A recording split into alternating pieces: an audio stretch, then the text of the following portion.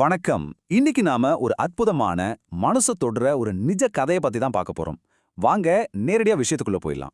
இன்னைக்கு நாம தெரிஞ்சுக்க போறது ரொம்ப எளிமையான ஒரு விவசாயியோட வாழ்க்கையில நடந்த ஒரு ஆச்சரியமான சம்பவம். இது வெறும் கதை மட்டும் இல்லங்க. நம்ம அன்றாட வாழ்க்கையில நம்ம தேடி ஓடுற குறுக்கு வழிகள் உண்மையிலேயே நம்ம கிட்ட இருந்து எதெல்லாம் பறிக்குது அப்படிங்கறத பத்தின ஒரு ஆழமான பதிவு. ஒரு மனுஷனோட நேர்மைக்கும் அவனோட வறுமைக்கும் நடுவுல நடக்க ஒரு பெரிய போராட்டத்தை இந்த பதிவு உங்களுக்கு ரொம்ப தெளிவா புரிய வைக்கும். இப்போ உங்ககிட்ட நான் ஒரு கேள்வி கேக்குறேன். உங்க வாழ்க்கையில இருக்கிற எல்லா பிரச்சனைகளையும் ஒரே செகண்ட்ல தீர்க்கக்கூடிய ஒரு பணப்பை உங்களுக்கு கிடைச்சா நீங்க என்ன பண்ணுவீங்க? ஒரு நிமிஷம் நேர்மையா யோசிச்சு பாருங்க.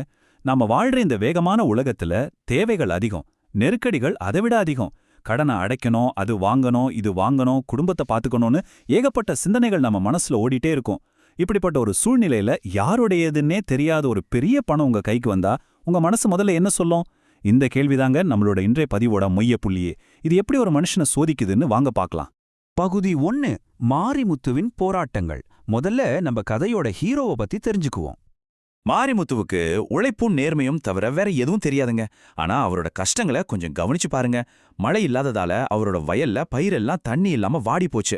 சரி, ஒரு தண்ணீர் மோட்டார் வாங்கி போடலான்னா கையில ₹1 கூட காசு இல்ல. இருக்கிற கிணத்தையாவது ஆழப்படுத்தலான்னா அதுக்கும் வறுமை தான் தடையா இருந்துச்சு. விவசாயத்துக்காக அவர் வாங்கின கடனும் நாளுக்கு நாள் அதிகமாயிட்டே போகுது.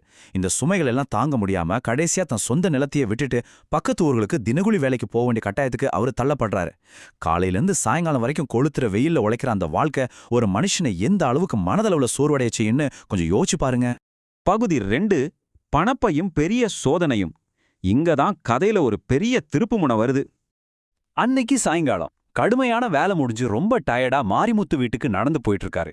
அப்போ எதிர்பாராத விதமா காத்துல அடிச்சிட்டு வந்த ஒரு பழைய பை அவர் கால்ல தட்டுப்படுது. யாரோ விட்டுட்டு போன பைன்னு நினைச்சு அதை திறந்து பாக்குறாரு. அவரு ஒரு நிமிஷம் அப்படியே உறைஞ்சு போயிட்டாரு. ஆமாங்க, அதுக்குள்ள கட்டுக்கட்டா பணம் இருந்துச்சு. அவர் வாழ்நாள்லயே அப்படி ஒரு பெரிய தொகையை பார்த்ததே இல்ல. அந்த ஒரு நொடியில அவருக்குள்ள நடந்த மனப்போராட்டத்தை நினைச்சு பாருங்க. ஒரு பக்கம் அந்த பணத்தை எடுத்துக்கிட்டா என்ன நடக்கும்? மோட்டார் வாங்கலாம், கடன் எல்லாம் மொத்தமா அடைச்சிடலாம், குடும்பத்தை எந்த குறையும் இல்லாம சந்தோஷமா பாத்துக்கலாம். சுருக்கமா சொல்லணும்னா அவரோட கஷ்டமெல்லாம் அந்த ஒரு செகண்ட்ல முடிஞ்சிரும். ஆனா மறுபக்கம் அவரோட மனசாட்சி விழுத்துக்குது. இது நம்ம உழைப்புல வந்த பணம் இல்ல, வேற யாரோ தவறு விட்ட பணம், இதை எடுத்துக்கிறது திருத்துக்கு சமம்னு அவரோட உள் மனசு சொல்லுது. வறுமையோட உச்சியில இருக்கும்போது கவலைகள் எல்லாம் தீர்க்கிற ஒரு வாய்ப்பு வந்தா அப்போ மனசாட்சியோட குரலை கேட்கறது சாதாரண விஷயமே இல்லைங்க. இதுல ரொம்ப முக்கியமான விஷயம் என்ன தெரியுமா? அவர் எடுத்த அந்த முடிவு தான். அந்த பணத்தை எடுத்துக்கிட்டு அவர் வீட்டுக்கு ஓடல. அதுக்கு பதிலா அந்த பையன் எடுத்துட்டு பக்கத்துல இருந்த ஒரு மரத்தடியில அமைதியா உட்காந்துட்டாரு. நேரம் போய்கிட்டே இருக்கு. அந்த வழியா பல பேர் போறாங்க வராங்க. யாரும் அந்த பணத்தை தேடி வரல. சூரியன் மெல்ல மெல்ல மறைய தொடங்குது. முழுமையான இருட்டு அவரை சுத்தி வந்துச்சு. ஒரு பெரிய செல்வத்தை கையில வச்சுக்கிட்டு இருட்டுலயும் அசையாம அந்த இடத்துல யாருக்காகவோ காத்துட்டு இருக்காரே, அந்த பொறுமை தாங்க அவரோட அசைக்க முடியாத நேர்மையோட அடையாளம். பகுதி 3. உண்மையான நேர்மை. இப்போ அடுத்ததா என்ன நடக்குதுன்னு பாப்போம்.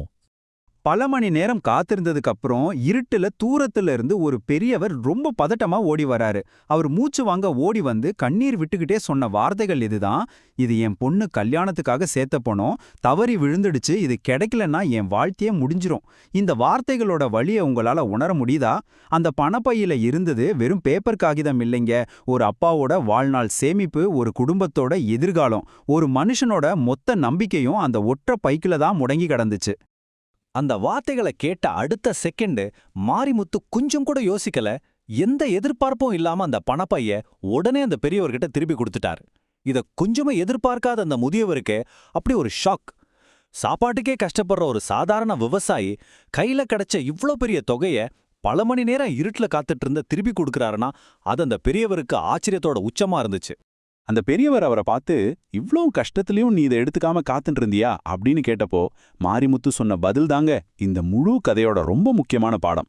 அவர் சிரிச்சுக்கிட்டே சொன்னாரு, என்னோட கஷ்டம் என்னோடதையா, ஆனா மத்தவங்களோட கண்ணீர்ல நான் சந்தோஷமா வாழ முடியாது. ஆஹா, எவ்வளோ ஆழமான தத்துவம் பாத்தீங்களா?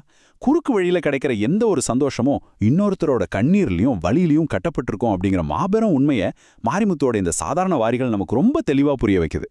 பகுதி 4. நேர்மையின் வெற்றி. இந்த நேர்மைக்கு கடைசியா என்ன பலன் கிடைச்சதுன்னு பார்க்கலாம். அந்த முதியவர் தன்னோட நன்றிய காட்டுறதுக்காக ஒரு பணப்பரிசு கொடுக்க முயற்சி பண்ணாரு. ஆனா மாரிமுத்து அதையும் ரொம்ப மரியாதையா மறுத்துட்டாரு. இந்த நேர்மையான விஷயம் அந்த கிராமம் முழுக்க காட்டு தீ மாதிரி பரவிடுச்சு.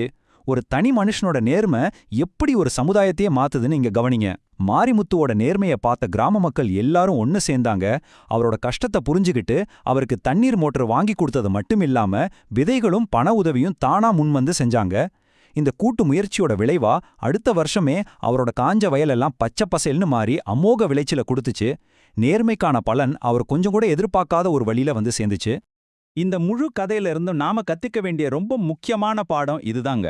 நேர்மை சில நேரம் தாமதமாக வெற்றி தரலாம், ஆனால் அது தரும் வெற்றி மன நிம்மதியோடும் மரியாதையோடும் இருக்கும்.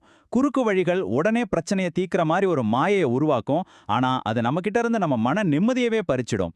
மாரிமுத்து அந்த பணத்தை எடுத்திருந்தா உடனே பணக்காரர் ஆகியிருக்கலாம், ஆனா அந்த பெரியவரோட கண்ணீர் அவரை ஒருபோதும் நிம்மதியா வாழ விட்டுருக்காது. தாமதமா கிடைச்சாலும் ஊர் மக்களோட மரியாதையோட ஒரு நிரந்தரமான வெற்றியை அவர் அடைஞ்சாரு. இறுதியா உங்களை சிந்திக்க வைக்கிற மாதிரி ஒரு ஆழமான கேள்வி. நம்ம வாழ்க்கையில இக்கட்டான சூழ்நிலைகள் வரும்போது நாம தேடி போற குறுக்கு வழிகளுக்கான உண்மையான வேலை என்ன? மாரிமுத்தோட கதை நமக்கு உணர்த்துவது இதைத்தான். இந்த உலகத்துல எந்த ஒரு குறுக்கு வழியும் இலவசம் கிடையாதுங்க. அது நம்ம மனசாட்சியையோ நிம்மதியையோ அல்லது இன்னொருத்தோட கண்ணீரையோ விலையா கேட்கும். இனிமேல் வாழ்க்கையில ஏதோ ஒரு குறுக்கு வழி உங்களை இருக்கும்போது மாரிமுத்தோட இந்த நேர்மையும் அதுக்காக இருட்டுல அவர் காத்திருந்த அந்த நேரமும் உங்களுக்கு ஞாபகம் வரணும். மீண்டும் ஒரு சுவாரஸ்யமான பதிவுல சந்திக்கிற வரைக்கும் தொடர்ந்து கத்துக்கிட்டே இருங்க. நன்றி. எல்லோரும் லைக், சப்ஸ்கிரைப், ஷேர் பண்ண மறக்காதீங்க. அந்த பெல் ஐக்கனை கிளிக் பண்ணிக்கோங்க. தொடர்ந்து ஆதரவு கொடுங்கள். உங்கள் அனைவருக்கும் மிக்க நன்றி நண்பர்களே.